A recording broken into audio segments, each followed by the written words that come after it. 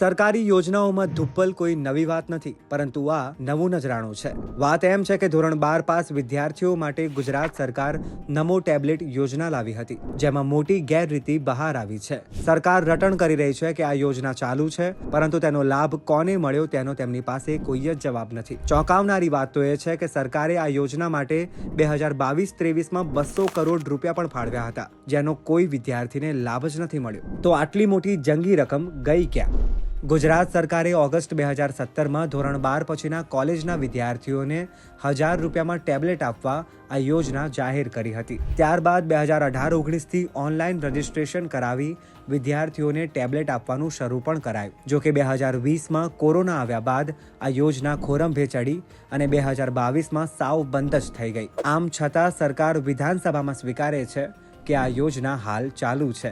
ગુજરાત સરકારની નમો ટેબ્લેટ યોજના અંતર્ગત દર વર્ષે બજેટમાં 3 લાખ વિદ્યાર્થીને 1000 રૂપિયામાં ટેબ્લેટ આપવા 200 કરોડ રૂપિયાની ફાળવણી કરાતી હતી. આ યોજનામાં ધોરણ 10 પછીના ડિપ્લોમા એન્જિનિયરિંગ સહિત ધોરણ 12 પછીના તમામ ડિગ્રી અને પ્રોફેશનલ કોર્સના વિદ્યાર્થીઓને 1000 રૂપિયામાં ટેબ્લેટ અપાતા હતા. અગાઉ આ યોજનામાં જે 2 કંપનીના ટેબ્લેટ અપાતા હતા તે કંપનીઓ ચીનની હોવાથી ભારે વિરોધ પણ થયો હતો. ત્યાર પછી આ કંપનીઓ સાથેનો કોન્ટ્રાક્ટ રદ કરી દેવાયો હતો.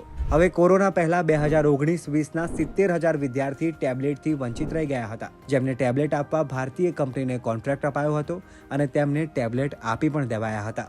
હવે સવાલ એ છે કે 2022-23ના બજેટમાં સરકારે 3 લાખ ટેબ્લેટ માટે 200 કરોડની ફાળવણી કરી અને 2022-23 અને 24માં નવા વિદ્યાર્થીઓનું કોઈ રજીસ્ટ્રેશન જ ના થયું.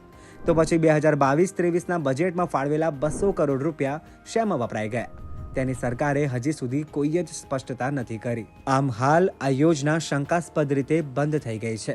વિધાનસભામાં કોંગ્રેસના ધારાસભ્યએ આ ટેબ્લેટ યોજના ચાલુ છે કે નહીં અને કેટલા વિદ્યાર્થીઓને ટેબ્લેટ આપવાના બાકી છે તે અંગેનો પ્રશ્ન પૂછ્યો, ત્યારે તેના જવાબમાં સરકારના ઉચ્ચ અને ટેકનિકલ શિક્ષણ વિભાગે જવાબ આપ્યો કે આ યોજના ચાલુ છે અને તેને બંધ કરવાનો કોઈ પ્રશ્ન જ નથી થતો.